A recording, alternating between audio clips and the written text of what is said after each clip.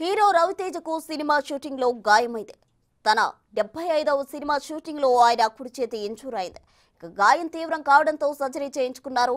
యశోద హాస్పిటల్లో రవితేజ కుడి చేతికి విజయవంతంగా సర్జరీ పూర్తయింది. 6 వారాలు విశ్రాంతి తీసుకోవాలని వైద్యులు సూచించారు.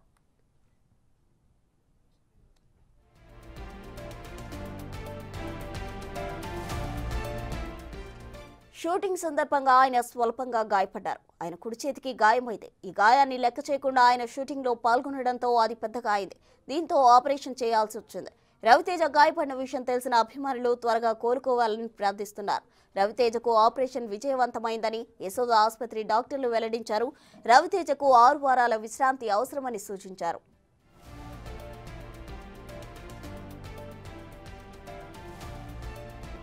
సర్జరీ చేయించుకున్నారు. యశోద హాస్పిటల్లో రవితేజ కుడి చేతికి విజయవంతంగా సర్జరీ పూర్తయింది. 6 వారాలు విశ్రాంతి తీసుకోవాలని వైద్యులు సూచించారు.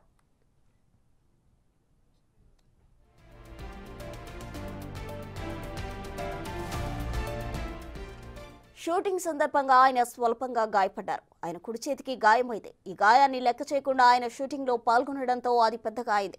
దీంతో ఆపరేషన్ చేయాల్సి వచ్చింది. రవితేజ గాయపడిన విషయం తెలిసిన అభిమానులు త్వరగా కోలుకోవాలని ప్రార్థిస్తున్నారు. రవితేజకు ఆపరేషన్ విజయవంతమైందని యశోద ఆసుపత్రి డాక్టర్లు వెల్లడించారు. రవితేజకు 6 వారాల విశ్రాంతి అవసరమని సూచించారు.